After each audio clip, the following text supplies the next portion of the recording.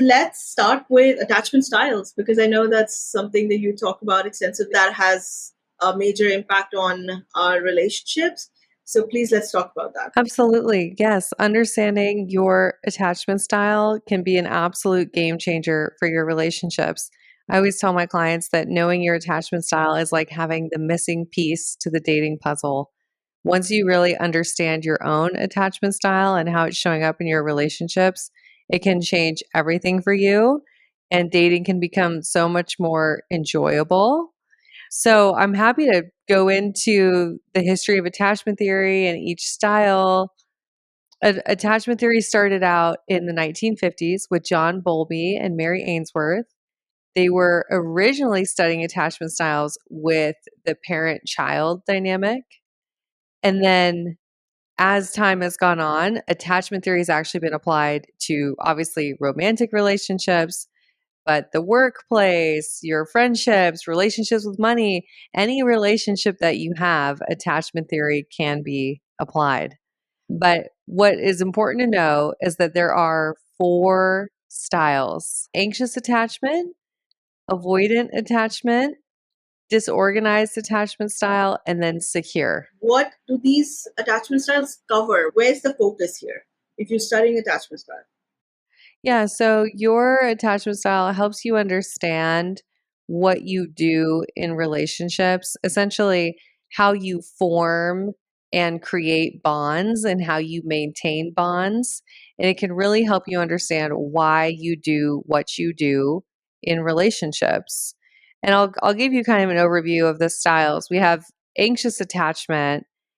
Anxious attachment at its core, this is for people who struggle with fear of abandonment, and they will oftentimes devalue themselves and overvalue their partner. So they tend to put the other person on a pedestal. They're often questioning their worth, and they're just afraid that the relationship could end at any moment. So that's with anxious attachment. And this is the person who's asking for a ton of reassurance. This might be the person that's sending those 17 text messages when they don't get a reply, right? This is not a very enjoyable place to be in your dating life. And then avoidant attachment. So what is avoidant attachment style? This is that person that developed hyper independence. So they actually tend to devalue their partner a bit. So they'll think that they're better than their partner in some way. They'll find ways to think that their partner isn't actually the right person for them. And then what they're very good at doing is they distance themselves in relationships, and they're distancing unconsciously pretty frequently, so they're not even aware that they're doing it. But they do it by pulling away. This is that person, you went on a great date with them, you were so close, you had an amazing time, and then you don't hear from them for 2 weeks. That is someone with avoidant attachment style. They're also frequently kind of disconnected from their emotional experience, and they struggle with regulating their emotions and expressing their emotions. So you have to imagine, if they struggle with their own emotions, it's really hard for them to tune into other people's. So those are anxious, avoidant. And then I told you the third type was disorganized attachment style. Disorganized attachment style is also known as fearful avoidant. It's a combination between anxious and avoidant. And this person is kind of pendulum swinging between anxious and avoidant style. So they're showing up with anxious attachment one moment, then they're showing up with avoidant attachment. The way they show up in their relationships is by having fear of abandonment, but then they also have hyper independence. So it's really that push pull relationship dynamic. Okay. I have to ask though, as someone who has seen one too many individuals way too attached to their labels and then analyzing everything from the perspective of that label, this concept, I know this is a very popular concept, and I know a lot of people use this concept to guide their choices, to help understand themselves better. It's been massively helpful. I know that. But how much would you, considering, there may be some people listening who are struggling in their relationships, how much would you want them to actually judge their behavior based on this concept? Because at the end of the day, this is a concept and we are talking about human beings, very complex human beings. Well, I will point out that it's backed by research. So, we have decades and decades of research. So it's, I think sometimes knowing that there's all kinds of stuff out there on the internet that really drives me crazy. That's people just coming up with all kinds of things. But you can actually feel good about attachment theory knowing that it is backed by decades and decades of clinical research. That being said, I never want people to just label themselves and say, oh, this is who I am and this explains everything. And I think it's really important to realize that attachment styles are a tool. You can use them as a tool. It's helpful to understand your style and it's helpful to understand other people's. And at the same time, knowing that it's not the full picture, right? And that people need to understand this. Most of us have bits of all of these attachment styles. So a lot of us will have some anxious attachment strategies, maybe some avoidant attachment. We'll have a little bit of both. And obviously some secure attachment as well. So just realizing it's a tool, it's on a spectrum. You don't want to over identify with it. And at the same time, when you use it to help you understand, it can be immensely helpful as long as you pair it with compassion, understanding. We're not labeling and we're not judging. So if somebody is going into a relationship, they've had quite a few weird experiences, and if they go into a relationship hoping to be very analytical and spot a problem before it happens, or that sort of attitude, what would you advise them? How should they operate? Because I think it is important to be present in a relationship. At the end of the day, it's supposed to be like this beautiful part of your life. But at the same time, it is understandable if you've been hurt or if you've hurt people, you would want to not repeat that pattern. So if someone's going into this relationship, what sort of mindset should they carry in? Great question. So, I think what's really important to realize is we are the common denominator in our relationships. So, there's part of a relationship that we do get to take ownership for. And that's also sometimes really hard to accept, but also can be incredibly empowering when you get to decide, oh, what is it that I'm bringing to this relationship? How can I take ownership over that part? And realizing this, that if you want to have different relationship results, you have to show up differently. It's like that old quote about insanity. If you are doing the same things again and again in relationships, but you're expecting a different result, it's the same as insanity, right? We have to show up differently. We have to have a different approach in order to have different results. And I would say this, realize that when you take ownership, when you're doing the healing work, when you're intentionally showing up differently, you owe it to yourself to approach each relationship with a blank slate. You want to go into it not bringing your patterns from the past.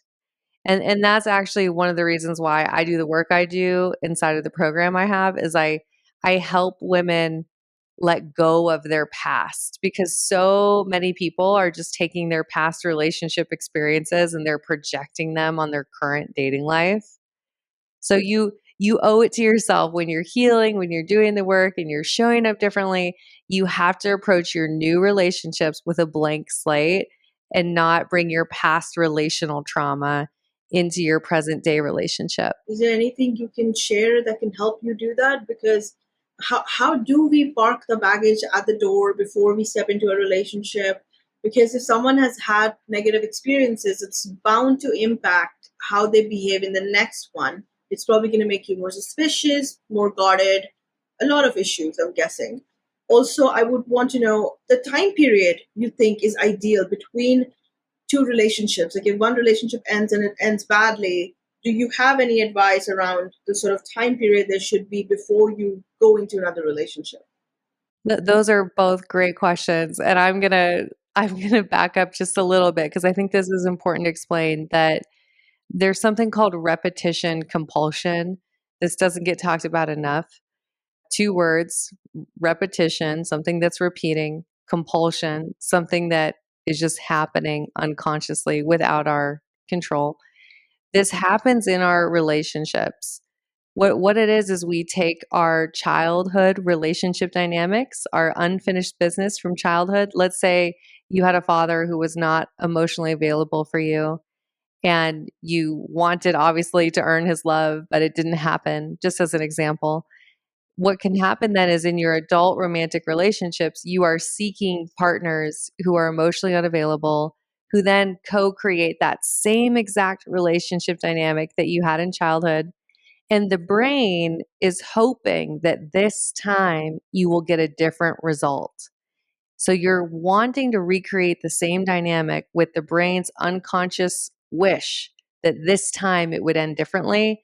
And if it does, if you can get the emotionally unavailable person to love you, then your brain goes, oh, then it makes up for everything I experienced in childhood. So repetition compulsion is a trap I see a lot of people get stuck in, particularly with relational trauma. So that's some of the why. I think we have to understand the why. Because sometimes my clients will come to me, they're like, it's like I'm dating the same person over and over, but they have a different haircut. You're like in Right. the same, you're in the same patterns, right? And it's maddening. So I want people to understand sort of why that's happening. So, what I've helped so many people do is actually deal with that relational trauma at the root. So, we're going back to, and for some people, it was actually in their early romantic relationships. It wasn't even in childhood. It doesn't have to be in childhood.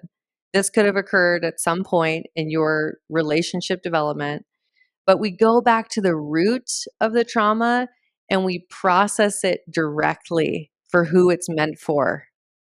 So we're helping people deal with it, process it, let it go at the root, and then that really helps with no longer bringing it into the present.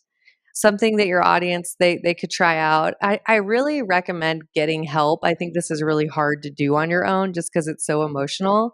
But if you wanted to try something on your own, one thing you could do is you could say, "Oh, Dr. Morgan's talking about unfinished business, past relational trauma. I wonder who I have in my past that is something that I haven't dealt with." And what I would encourage you to do is to write them a letter. I would want you to write them a no filter, get every single emotion, every thought, anything you would have wanted to say to that person, get it out in a letter. We're not sending the letter, but we're getting it all out. So we're allowing some of what you've been carrying around to actually be released. It's a very powerful exercise. I've done it myself. I've had people do it in my coaching. Oh my God, it's so powerful. And the way the dam bursts, it's amazing.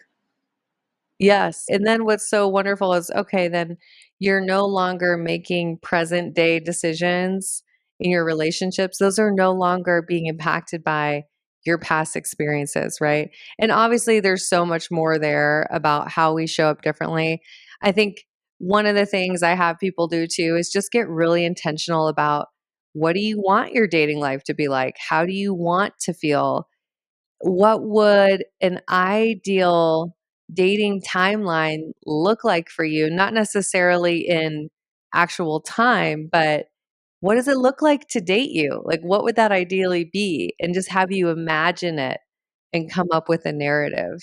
Because so often when we're not clear, we're just attracting whatever, right? We're just putting up with below standard dating experiences. So you need to develop a really clear idea. What would your ideal dating life be like? The other thing that I really help people do that is life changing is just learning how to become securely attached because in the old research early on, they would say, "Oh, whatever your attachment style is, that's what it is. You're stuck with your attachment style for life." But we now know you can rewire your brain. You can become securely attached. And when you are securely attached, you are actually automatically drawn to new people. So you're attracted to a different type of person when you change and become securely attached because then you're no longer trying to recreate insecure attachment dynamics. Okay. And then going back to the second part of my question, if you have a relationship end badly for you, should you take a break? Should you step away from the whole scene and try and work on yourself before you step into another relationship? Great question. And the answer is yes, you absolutely need to take time to process the breakup, to work through it. Because once again, otherwise you'll just be taking that past experience and you're going to bring it into your next relationship. And here's the reality is that when we go through a breakup or we go through something challenging, we can sometimes get to this place where we're really negative and we're like, "Oh, I'm unworthy of love," or "It's never going to happen for me. I'm never going to find my person." You can get in this really unhelpful mindset, right? What we want to do is get to this place where we know I am so worthy of love. I am a high value partner. I'm already loved. I already have so much love in my life. There's so much amazing going on. I'm not looking for a partner to fill a void or to make me feel better. If a partner comes in my life, they simply act as a multiplier to the love that I already have. They're not coming in to fill a void. So we owe it to ourselves that we are in that place and that's the foundation before we're getting back out there and dating. We've had the few discussions we've had around this topic. A lot of the time, the advice that is given on the show is it's okay to grow while you are in a relationship. It's okay if you jump back in. And I always feel very strange about it, but I'm not the expert, so I let my experts share their perspective on it. But I actually feel really comfortable with what you've said, because I often think that when a relationship ends badly, it sort of, I think, presses these buttons in you where you feel like you're standing on a cliff and you really want to move fast and find someone. I think it just adds to your, especially if you are maybe, if you have the sort of plans in life that require a partner, you are suddenly feeling as if, oh, it has to happen, it has to happen. When is it going to happen? Is it going to happen? And then you keep jumping back in. But I feel like that you're doing yourself a great disservice, because you're now operating from a very, very insecure place. I can't even imagine what that must be like inside someone's head when they are in that place. It can't possibly be easy. Yeah, it's so true. You owe it to yourself to always have a really solid foundation. I always tell my clients, you want to be securely attached to yourself first. We're always building that relationship first and foremost. And if we don't have that solid foundation with ourselves, if we don't have self-trust, if we don't have high self-worth, then the people that we do find ourselves dating are not going to be the right people and we're just going to get our heart broken again. So we really do need to take our time, pause, reset, and then get back out in the dating scene. Of course, I do have clients that they're waiting way too long and they sometimes will have this belief of, well, I have to be fully healed. And that's not true either. But there is this place of, okay, you have to have a strong foundation and then you have to have enough emotional capacity that you'd be ready to give to a new person. Okay, that's a good way to guide your actions. I have to ask though, because I think as you're working on yourself and you've like noticed perhaps things about yourself that are not so great, which is true for all of us. But as in when you go into a relationship, maybe you meet someone who perfectly fits your idea of Mister or Mrs. or whatever, right? That template that everybody seems to have in their head. In those cases, how do you, because I think when you're operating from this place of I'm not good enough, like you said, even as you're working on it, you might overlook a lot of the red flags that are right there at the other person's end. How do we not fall victim to that? What you're describing is why, and you'll find this interesting, is people with insecure attachment styles, most typically anxious attachment, the one where I described where they're devaluing themselves, right? And they're needing lots of reassurance. You are much more susceptible to find yourself in an unhealthy, toxic relationship or even in a relationship with a narcissist. The research is there that you're simply not that it's a guarantee, right? I'm not saying that, but you're more susceptible. There's more of a possibility when you have that type of attachment style. And the reason is you are disconnected from yourself. You are in that I think of it as trauma brain where you are focused on the other person. You're focused on people pleasing. You're focused on, oh, I want to make sure I'm good enough for them. So when those red flags do come up, you're actually disregarding them because your biggest fear is that you will be abandoned. you kind of have the blinders on. You can't see the full reality of the relationship. So this is why, once again, always encourage people, we need to move you to a more securely attached place before you date, because I don't want people missing those yellow and red flags. So if you're listening to this, you're going, well, gosh, I think I'm anxiously attached. Like, what can I do? I would say you need to work on becoming securely attached. And then if you're dating, really start developing practices to tune in with yourself while you're dating. So even if that's just intentionally, you're going to sit with your journal after a date. I'm not telling you to take your journal to the date. That would be weird. But I want you checking in with yourself while you're getting to know someone. I want you saying, do I like how I feel with this person? Do they treat the people around us with respect? Do I feel heard? Do I feel can I set boundaries? That's one of my favorite tests. Can you set boundaries with the person? If you can't set boundaries, this is a very bad sign, right? So you have to start becoming what I call the love scientist. You are gathering data, and you're gathering data on how you feel, and that is really going to help you shift that focus from being always external to start shifting it internally, to start asking yourself, how do I feel? Is this what I really want? Is this lining up with my ideal relationship? We have to slow down and ask those questions.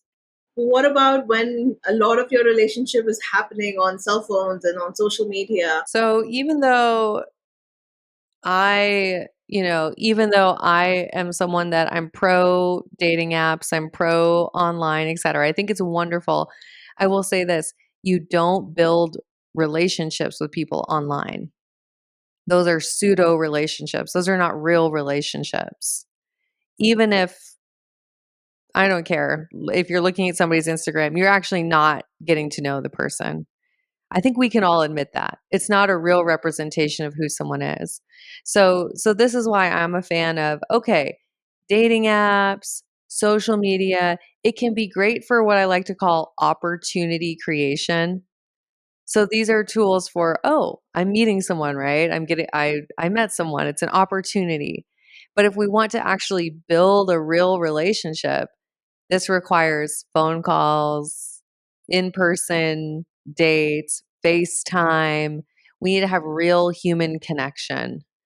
I really worry about people that believe that they're building a relationship when they just have a pen pal on the dating app. You don't have a relationship until you are off of social media, you're off an app, and you're having real human connection with someone.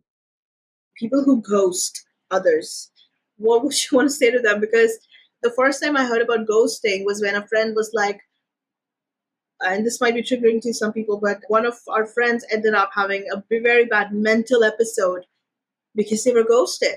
And they were so excited about that relationship, so completely invested in it, which I don't understand how that happens when it's online mostly. I know that people do it. I know people get very invested. I don't understand it, but my heart goes out to someone who's in that place. And then ghosting happens. And why do people do it?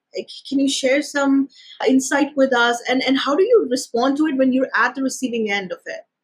Yes. Ghosting with high self-worth is very different than ghosting from with low self-worth. So obviously if we're getting ghosted, we preferably want to have high self-worth because it's going to help us navigate that situation so much better. So someone with high self-worth, if they're getting ghosted, they're going, "Oh, this is quite strange. Why would someone do this to me? I really don't understand that person." And then ultimately they are arriving at a place of, I am really grateful that I'm not continuing this relationship because clearly that's not the kind of person that I want to be in a relationship with. Okay. So that's high self-worth person. Somebody with low self-worth who's maybe struggling, when they are ghosted, they take it to mean that something is wrong with them. They personalize it. They make it about them.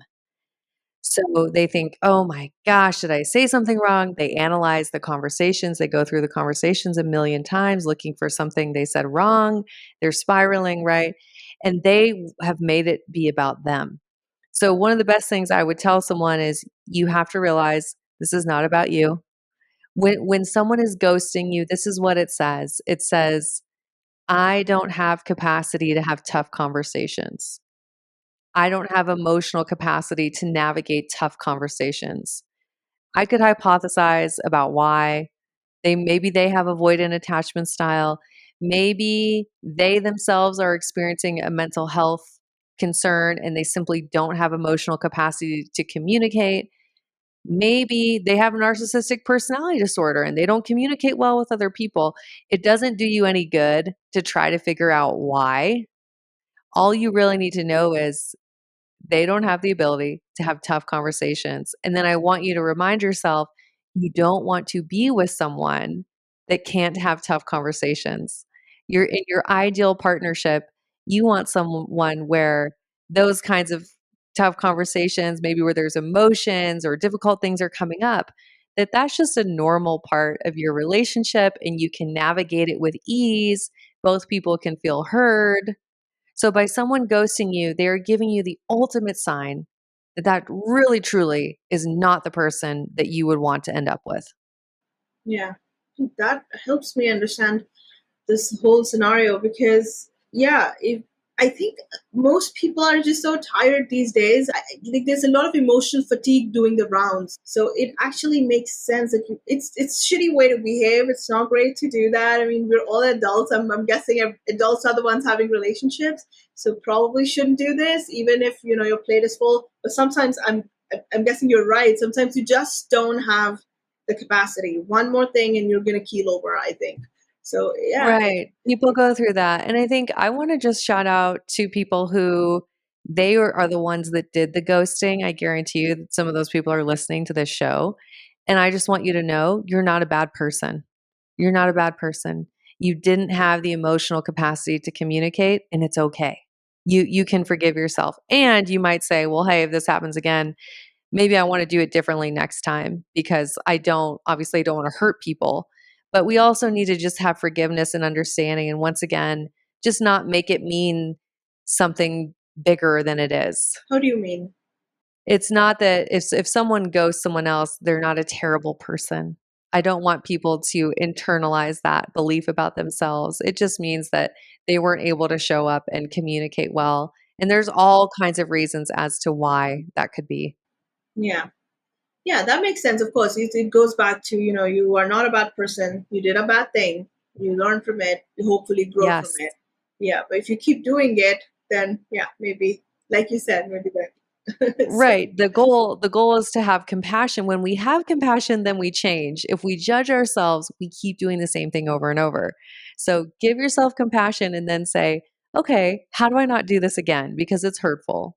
Right? that's very important what you pointed out because I'm guessing like we are all dealing with so much on a daily basis, and then if you're also busy judging yourself, I'm guessing you're just adding more noise to an already very noisy environment. So that actually makes so much sense. Yeah, judgment keeps so many people stuck. It keeps people numbing out, right? It keeps people watching Netflix for 10 hours a day or numbing out with substances. When we judge ourselves, we just keep ourselves stuck in the same cycle. It's really through acceptance and compassion that then we can change our patterns.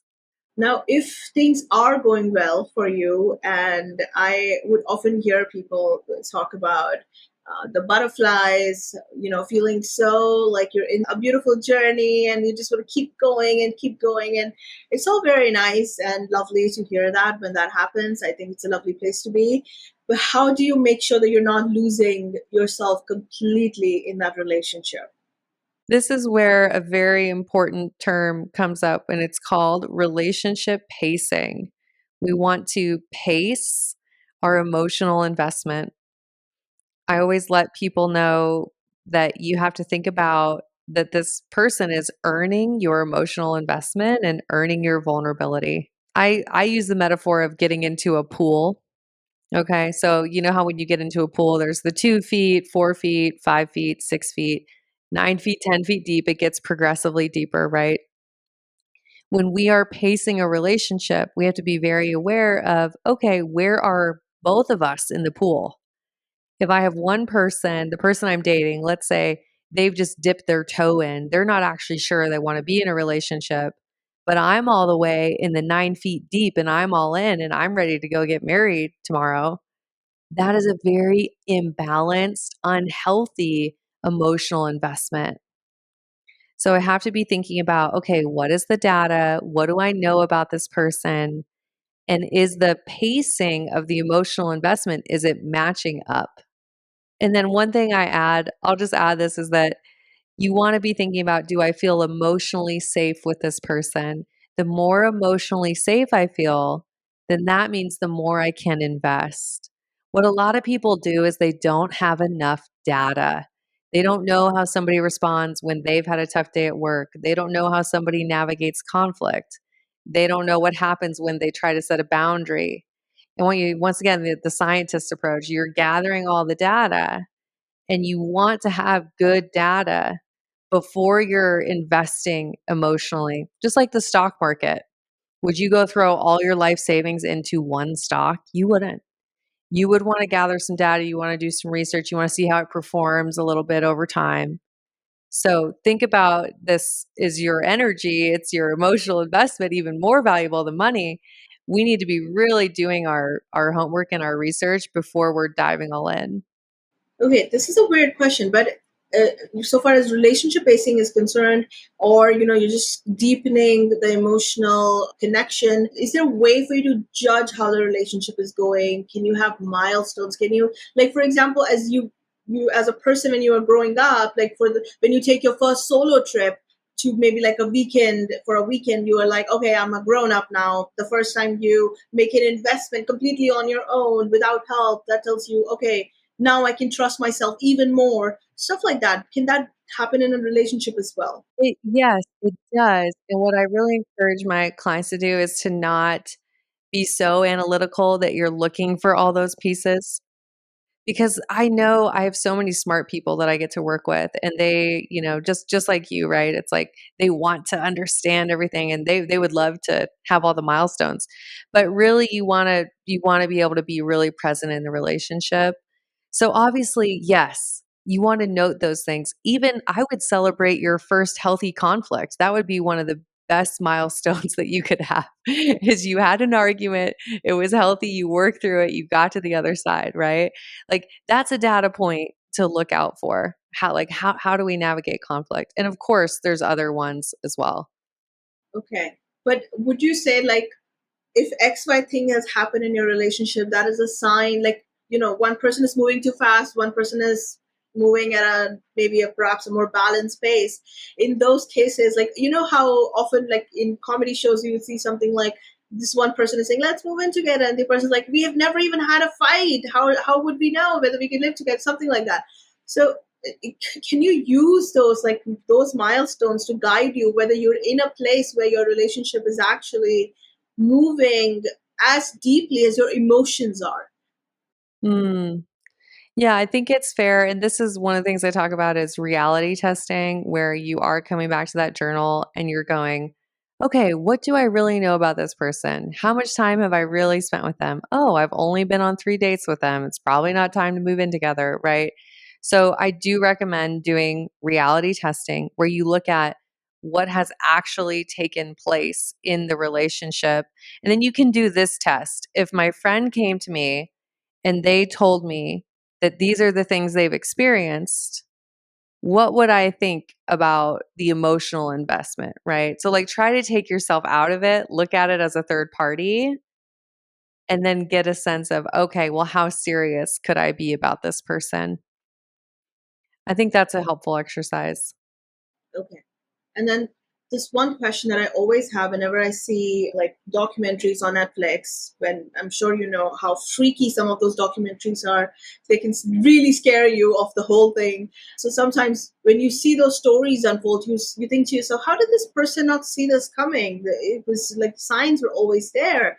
But then you know that the other person is a smart individual. They must have been having an experience that made them blind to perhaps the red flags that you are seeing because you're not emotionally involved in the whole scenario.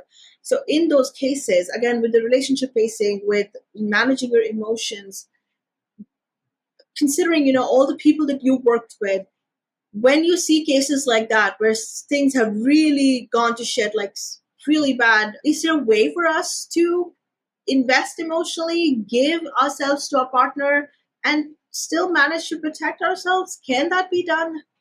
Great question. And one thing I would say is when you're dating, do not watch those shows because we Yeah. really want to we really want to protect your mindset. We really want to protect your mindset. So do everything you can to really not take in that media. It's going to help you. But anyways, I know what you're saying, and I think this comes back to a couple things. It comes back to make sure you have a really good support system. And for a lot of people, that's going to include a coach, like myself, or a psychologist like myself, whoever. You're going to have professionals in your corner. You're also going to have friends. Maybe you're going to have family. Make sure you have a really good circle of people, because I think when I see people really get in a bad situation, they've been very isolated and they're disconnected from support. So you want to think about like always having your support team. That is crucial. And then the next thing I would say is invest in your healing. Do the healing work. Make sure that you are building rock solid self-trust so that if those yellow flags come up or the red flags, that you're aware of it and that you trust yourself enough that then you're going to say something and you're going to do something. Because people who are narcissists or a sociopath or any sort of terrible person, one of the things that they're good at is they make people lose their own self-trust, right? So by having a support group, all like your support team, all the people in your life, and then always healing and working on yourself and continuing to develop self trust, where you have dedicated time where you're checking in with yourself and you've just built a really healthy relationship with your inner experience, you're going to really help yourself avoid so much pain. That is great advice, because my go to advice is always be independent, have like a life of your own separate from your partner. And I don't think that's good advice. Is it? I don't think so. Well, I love that you're talking about this. So, what's interesting is the fastest growing attachment style in the world. Guess what it is? It's avoidant attachment style. We have a world that really values independence. The reality is that yes, we need independence, but then we also need connection. We also need to depend on a partner. We actually need both. So we need this thing that's called interdependence, where I can depend on myself and I can depend on a partner. So, in a way, you're absolutely right. And then it's also adding in, okay, yes, you need to also be able to depend on a partner. But the only way to develop that is to always have that really healthy relationship with yourself first. That's quite the journey. It's very challenging. Yeah.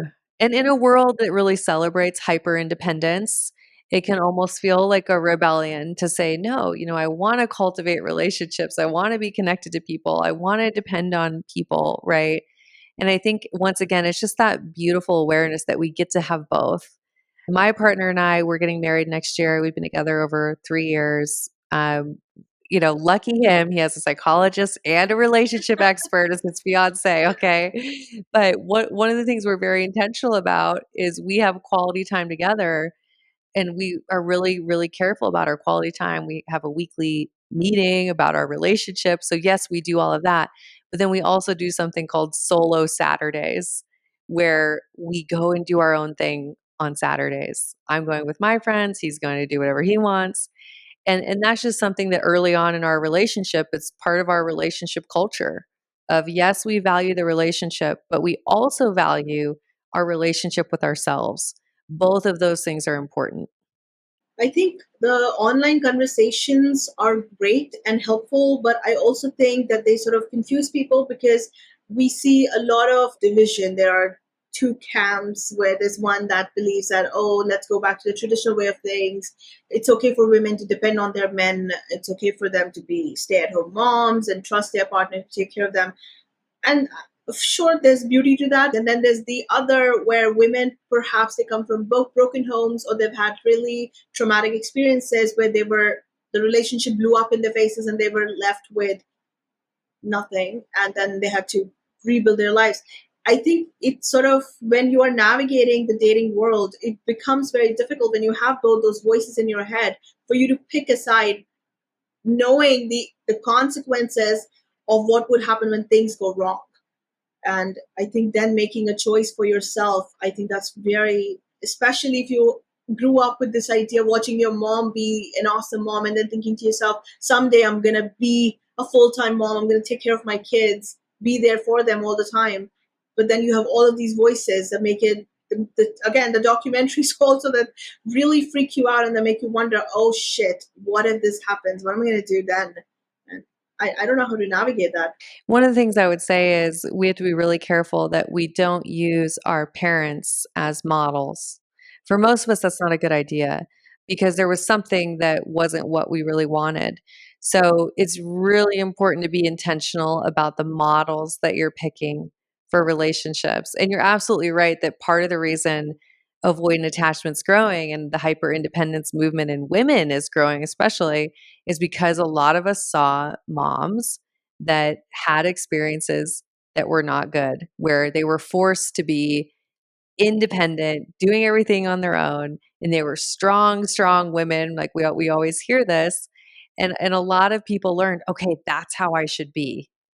And the reality is that's a beautiful thing. It's obviously so amazing to have resilience, in those scenarios. And ideally, we would be in a relationship that supports us, that allows us to be vulnerable, that allows us to be cared for and safe, and allows us to be receiving love and support constantly, right? So it goes back to that whole idea of pick your models really carefully. Who are you modeling your relationships after? Find someone, maybe it's the Obamas, I don't know. I've had people would come to me and say, "Oh, is my next door neighbor growing up? They had a beautiful, loving marriage, and everybody was supported." I don't care where your models come from, but just make sure that they show the kind of relationship that you would want. Okay. And as you're building that relationship, and of course you're building trust as well, is there a way for you to challenge your relationship? Is there a way for you to sort of not judge, but test the bounds of your relationship? Oh, life will do that for you naturally. You don't really have to try, right? Like life is going to be lifing. You are going to have, friendship things that happen, family members that die. You will have financial things come up. You will have health issues. Relationships get tested just by being close to someone as life is happening. I remember one of my friends, before they got married, one of the things that made them feel really good about the person they were marrying was ideological alignment between them. Yes. And I'm not sure how I feel about that, because I often think that if there's a lot of agreement between two people, I would not I would not feel too safe in that dynamic. I would wonder, first of all, I think ideology, especially in today's environment, can be too much investment in it can be somewhat um, Dangerous. dangerous almost, yeah. And at the same time, also using that as a foundation to building a relationship, I don't think that's a great idea. But again, you're the expert, so help I me. love this. So I already know some things about you just by you saying this, right? It's helpful. Like what I know about values and compatibility is that it's different for everyone. So someone may have their top 3 values as travel, family, and their pets. And though right, and those are like their top 3 things. And it's going to be important to them that their partner aligns with them on those things. You may have a value, I'm guessing, of really deep conversation, intelligence, being able to connect with your partner on a cerebral brain level. And for you, that might be a top value, whereas religion or how somebody thinks if they're part of a certain group, that's not going to be a top value. So notice how every single person is different in terms of what are their non-negotiables, what are the things that matter. And the important thing is that you don't make decisions for your partner based off what matters to other people. You need to make decisions based off of what matters to you, what's important to you. Do you have any of those? I'm just curious off the top of your head. Is there anything where you go, that's a non negotiable for me? We would have to be similar in this area. Anything come to mind? For me, the one thing that makes me check out completely, just leave completely and not want to go back is inconsideration. When it's all about you, and it's very easy to spot. It's not that hard to spot. The conversation always ends up being about them. Then there's those subtle things where you wake up in the morning and you don't you make tea for yourself. You don't make tea for the other person who is getting up at the same time. It's not necessarily a romantic dynamic. It's any emotional dynamic. Those are easy. I think they're easy to spot. But then again, I look at the documentaries and I'm like, probably not.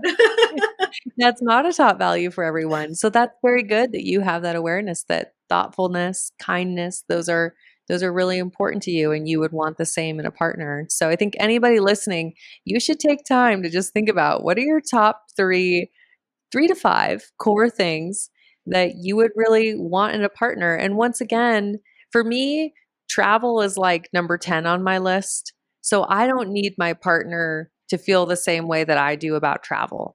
I love solo travel. I love traveling with my girlfriends. I don't really care if I have a partner that loves to travel or not. Other people, it might be their way of life. It is a core part of who they are, and they need someone who aligns with them in that way. So this is why compatibility is just it's so individual, so individual.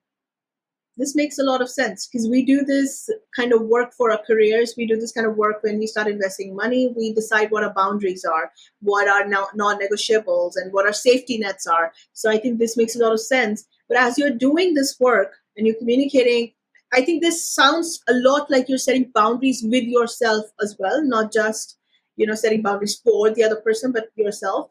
So how do you communicate this in the nicest possible way? Because again, it's the online conversations. It's again the what you've seen your parents doing. Again, it's the movies. Everything has such an influence on us. And I feel like people end up picking personas. Like, I am a strong woman. I'm an independent woman. This is how I'm going to operate. And those conversations then end up being very almost hostile. And then someone trying to avoid that may become a little too cooperative, a little too submissive. uh, is there a happy spot in between? That's a great question. I think first off, you should really work on not putting labels on yourself and not putting labels on other people. I always tell people when they're dating, trade expectations for curiosity. If you can lead with curiosity, you're going to do so much better in your dating life. Be really curious about yourself. You were talking about setting boundaries with yourself. So be very curious about what's coming up for you. What are your boundaries? What do you want? But then also be curious about the person that you're getting to know. So if you can trade expectations for curiosity, you will be able to have really easy conversations that flow, and you'll be able to say things like, wow, I understand that you don't want children, and I'm aware that that's something that I really do want, and I don't think it would be fair to either one of us that we continue to get to know each other if we're not in alignment on that core value. And notice how I'm not upset about it. I'm not pissed off because I didn't have expectations that you would be that kind of person. Instead, I led with curiosity. So then everything can just flow from there. For our last question, to the people listening who have been there, done that, and are so tired, don't want to go back and do it again, something I'm very familiar with. Some of them, unlike me, are not solitary individuals, want connection, but are now so scared of going out there. They're so afraid to commit again. What would you say to them? I would say that it's never too late, and you deserve love that adds value to your life.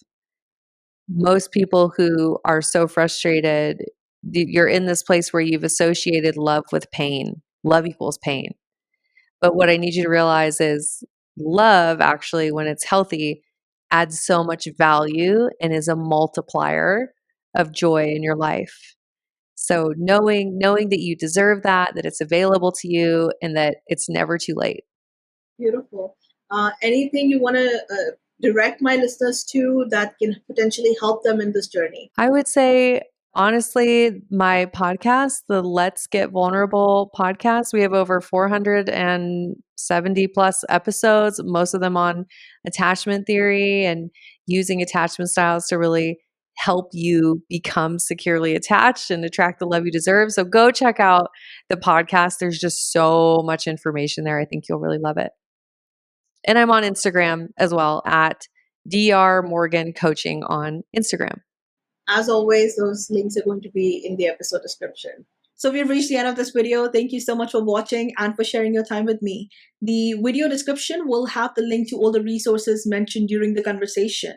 And if you would rather listen to these episodes, then you can find Experiment Podcast on most podcast platforms. If you enjoyed the video, please do share your thoughts in the comment section.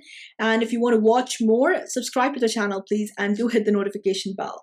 I will see you again in the next video. Till then, please do take care of yourself. Bye.